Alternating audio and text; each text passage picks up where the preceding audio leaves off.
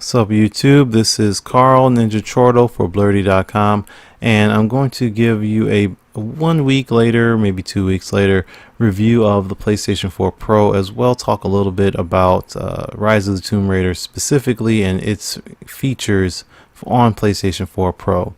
So keep in mind, very important, that this video, I know PlayStation 4 Pro can do 4K, but this video is not in 4K. This entire thing is going to be in 1080p, full HD, because I am not able to capture 4K video. I'm not able to record, so I'll get back to that a little bit later. Right now, this is Rise of the Tomb Raider, the beginning level, right at the beginning, enriched visuals. So Rise of the Tomb Raider has three settings that it can do on PlayStation 4 Pro. Enriched visuals enhances the environment of the background environment, but it's still in 1080p and 30 frames per second. The other settings, though, is high frame rate, which is 60 frames per second, still 1080p, but it's a lot smoother gameplay. And then there's a 4K video, which is at 30 frames per second, but it's in 4K. Right now, this is captured what you're seeing on a standard PlayStation 4 at 1080p. And then we're going to switch back and forth between things so you can see some differences here. Also, keep in mind, like I said, 4K that you're seeing on the screen is not actually 4K, but it is on the 4K setting, and I just went ahead and recorded it so you can see maybe there's a difference there, but I wouldn't expect there to be much. As far as high frame rate goes, that is, for me, is the preferred setting for me to play Rise of the Tomb Raider in any game, really. It's kind of a gold standard as far as what you like to achieve when playing a game, especially something that's high pace. If I'm playing Overwatch, I've actually played Overwatch at 30 frames per second, and it's doable, but it's rough, especially coming down from 60, because you need that high reaction time. You need to see the smooth transitions and be able to react to your opponents as quickly as possible, and that's what a higher frame rate of 60 frames per second can do for you.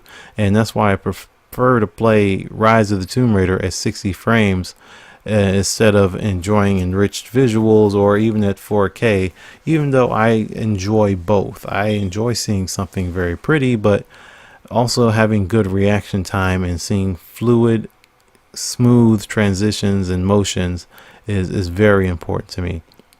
Now, again, the standard PS4 capture, I'm pretty sure, is at 30 frames per second. I don't have it anymore, so I can't reference that, but I'm pretty sure it's at 30 frames per second, and I would rather play at 60. So as far as the rest of this video, again, it's going to switch back and forth on this Rise of the Tomb Raider, but I do want to talk about the console itself. Of course, I do like it, but this is a personal preference. If you have to, I say, ask yourself, do you have a 4K television? If you do not have a 4K television, then the PlayStation 4 Pro is not for you.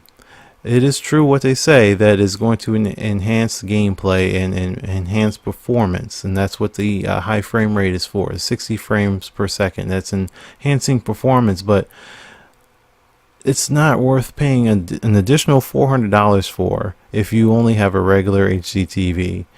You need to have a 4K television for this to make it worth it. Get your full dollar's worth. Don't trade your system in just for a small improvement that's really, is it noticeable? Yes, to a trained eye. Some untrained eyes won't notice any differences here.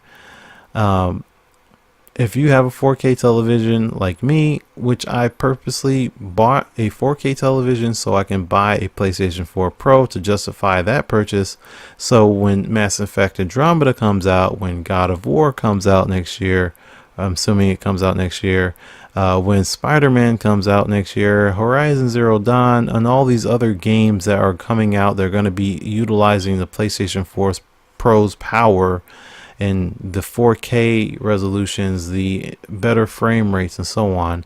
I'm prepared for those games. I'm so hyped for Mass Effect Andromeda. That's pretty much the biggest reason why I bought this thing. if you don't care about those games, or you don't care about playing in 4K, you don't care about the 60 frames per second, then this isn't for you.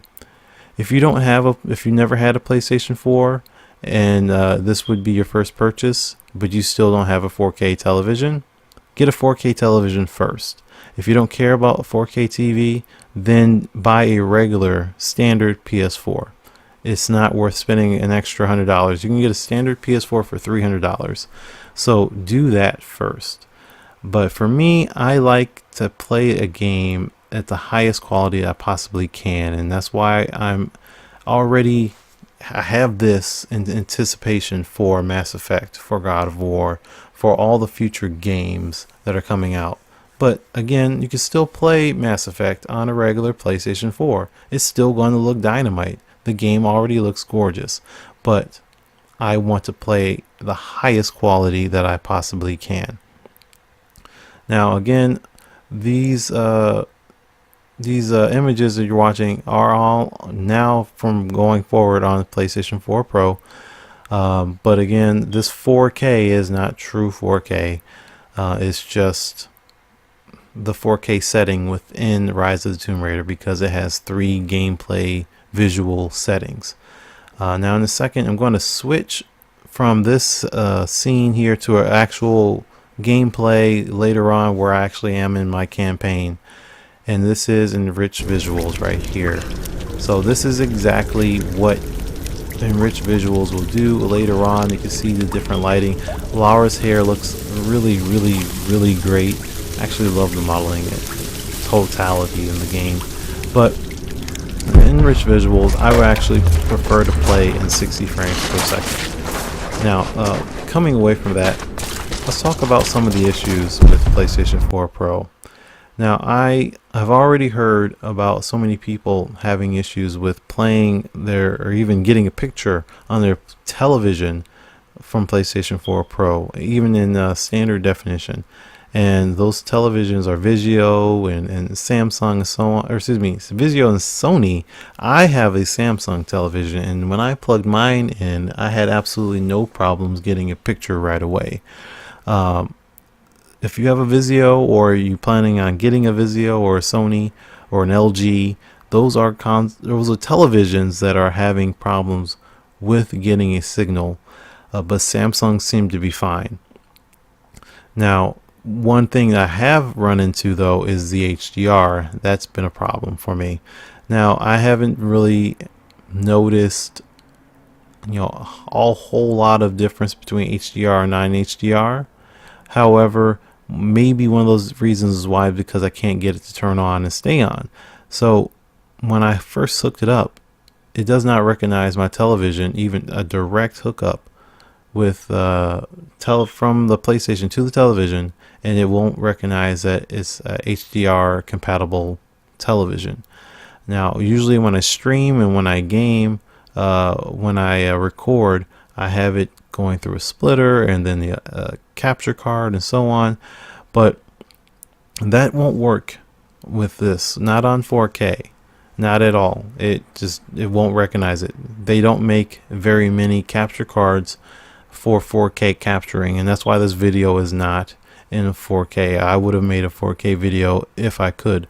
I would have to completely buy new equipment, which is not much available, and what is available is not cheap. It is pretty pricey.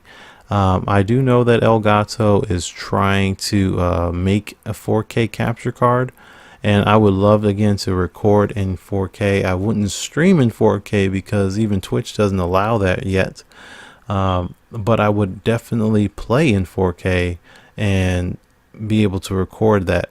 That's one thing if you're a gamer and you're a YouTuber, that's pretty important to you. If that's some decision that you're trying to make, whether or not you should get this, I would say no, just don't. Not right now, unless you're like me, that you want to play games immediately at a high quality, like Mass Effect, like Rise of the Tomb Raider, like God of War. I believe the Gran Turismo game coming out next year will also utilize the PlayStation 4 Pro. In general, all games are utilizing the PlayStation 4 Pro because it just has more power to run everything. But Is it worth it? No, not right now. Just not right now. If you have other things to spend your money on, a PlayStation 4 Pro is not the best decision, but you can also compare it to the Xbox One S because they are very comparable to themselves other than the games, which is your own personal decision. If you like God of War or Gears of War and you play your console that you prefer. But the one thing that Xbox One has over the PlayStation 4 Pro is the fact that it can play Ultra Blu-ray DVDs, which the PlayStation 4 Pro cannot do. Will it play Blu-rays? Yes. The PS4 Pro can play Blu-rays, but not the Ultra HD Blu-rays. It doesn't have that functionality where Xbox One S does. So if that's important to you, you have Blu-rays or you intend on buying them in Ultra HD, then you'll have to go with the Xbox One S. Me personally, I'm here for the games. I don't really care, and honestly, I'm ready to rid myself of more physical formatted things like DVDs and Blu-rays because I'm running out of space. So I prefer to have streaming capabilities like a YouTube and Netflix, which both platforms have and available in 4K. So that decision doesn't matter to me as much.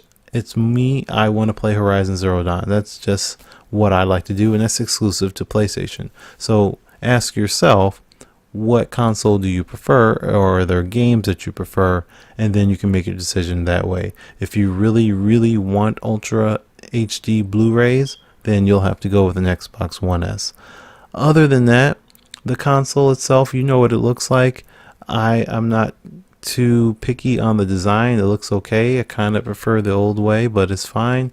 The only issue here is the buttons for turning it on and ejecting a disc. Those are really flimsy, kind of thin and plastic and just weak in general. I've heard stories of people breaking them already. I prefer the old buttons on PS4, or even the buttons on PS3 were fine. I really just don't like these buttons in particular, but that's a small gripe because I'll never even touch those buttons now because I can just use the controller, so I can care less. Other than that, it's $400. Is it worth it for you? This is a personal choice. Remember that just because I'm playing Rise of the Tomb Raider or you want to play Mass Effect next year, it doesn't mean that you need to buy a PS4 Pro. You can just play a regular PlayStation and have that for Mass Effect, and you can still have the same gameplay experience. For me, I just want to have the highest, the best experience that I possibly can get, and that's why I bought a PlayStation 4 Pro. That'll do it for the review. I'm going to have some more gaming stuff coming up soon. It is the week of Thanksgiving, so I may be a little slower on that, as well as more comics and cosplay stuff coming up soon. And I will actually be at PlayStation Experience next weekend, so I can't wait for that. Hopefully I can play Horizon Zero Dawn and see more PS4 Pro stuff there. Make sure you subscribe for more videos, and I will have those up as soon as I possibly can. And again, this is Ninja Chortle for Blurdy.com. If you want to follow on Twitch, where you can watch me play Rise of the Tomb Raider and other games, please follow twitch.tv/blurdy, and I will see you guys there. Later.